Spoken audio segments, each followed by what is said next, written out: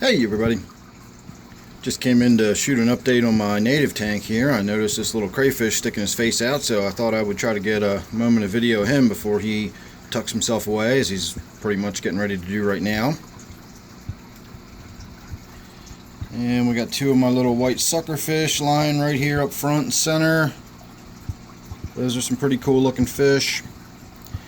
Now the reason we're doing an update is I had a Creek Chub in here that had some sort of injury or infection or something like that going on its forehead and a few spots on its body.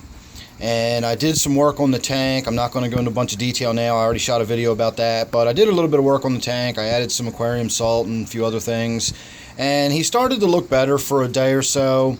And when I came in this morning, about an hour ago, of course, the first thing I did was check on it to see if it was doing any better, and unfortunately it was not.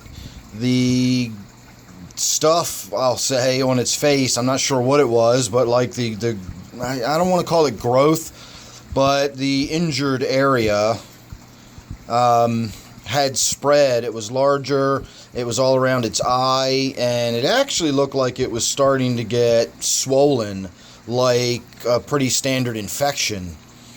And it didn't look good, whatever it was. It didn't look like any kind of fungal, infection. It wasn't like white and fuzzy like that, but it definitely did not look good, and it was getting worse. So I gave it a moment's consideration, and I decided that the only real option I've got for that fish is to get it out of the tank and euthanize it. I'm certainly not going to reintroduce it back into the stream with some sort of unknown, injury or bacterial infection or who knows.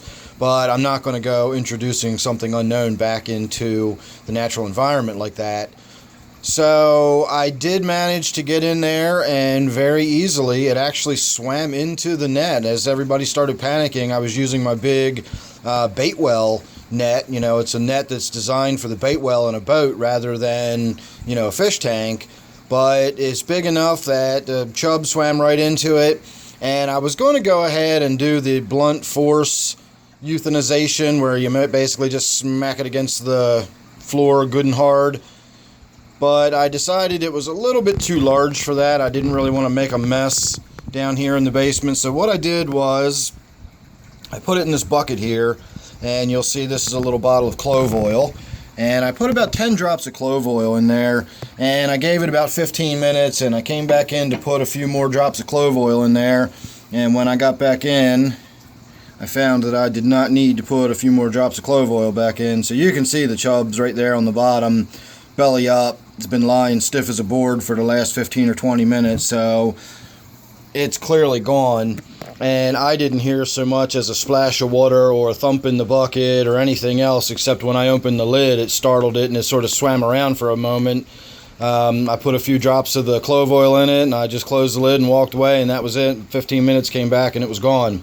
So that chub is now gone, but I don't know what was wrong with it and what was going on in the tank. I'm still sticking with my original theory, and that is that it was probably just some sort of physical injury. It smacked into something, gouged itself on the edge of a rock or a piece of wood when it was darting or dashing, and that simply opened it up to a secondary infection. And with my very lax maintenance on this tank and my very poor husbandry of this tank, it just opened it up to that secondary infection, and I think that's what was going on. And despite me doing a water change, that's, a simple water change is not enough to kill an infection. You need antibiotics and medication, or you need a rock-solid immune system to fight it off naturally.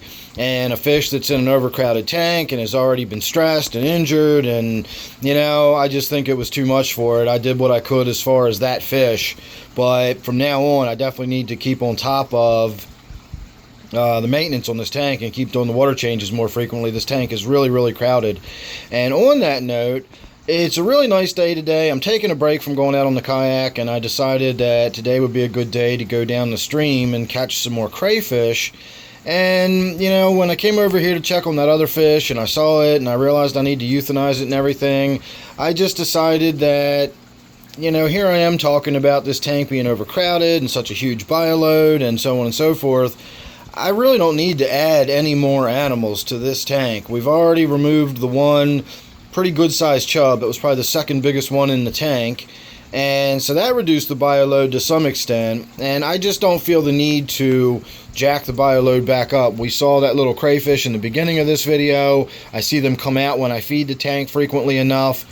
Adding more crayfish, the only purpose that would serve would be to overcrowd the crayfish and then cause them to start fighting each other. And then of course we'd get to see them out and about a lot more, but that would only be because they would be engaging in territorial disputes, and I don't necessarily need to, add crayfish just for the sake of doing that either.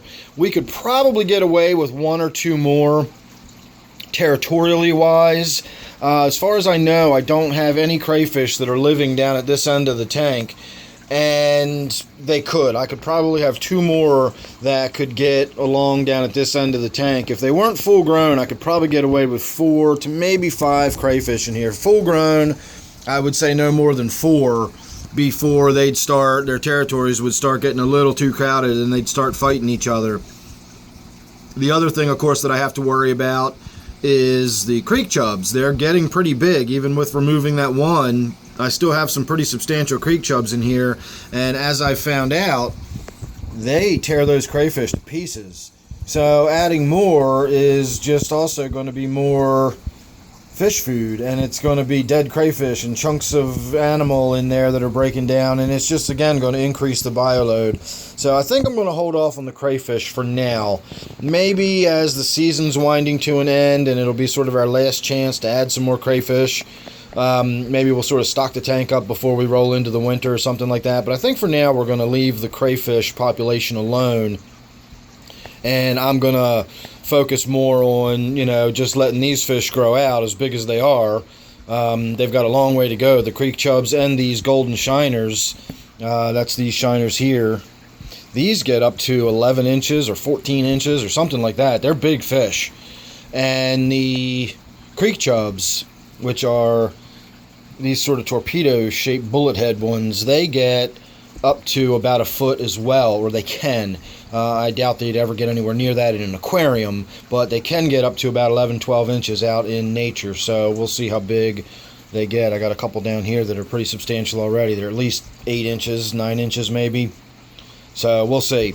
Anyway, make sure you're subscribed. That was my update here on my 125-gallon native tank, and of course you don't want to miss any more of the updates or anything else I got coming up or anything else. So thanks again for watching this one. Hope that was enjoyable. Sorry about the unfortunate, euthanizing part of the video, but that's how it goes sometimes. That's part of the hobby.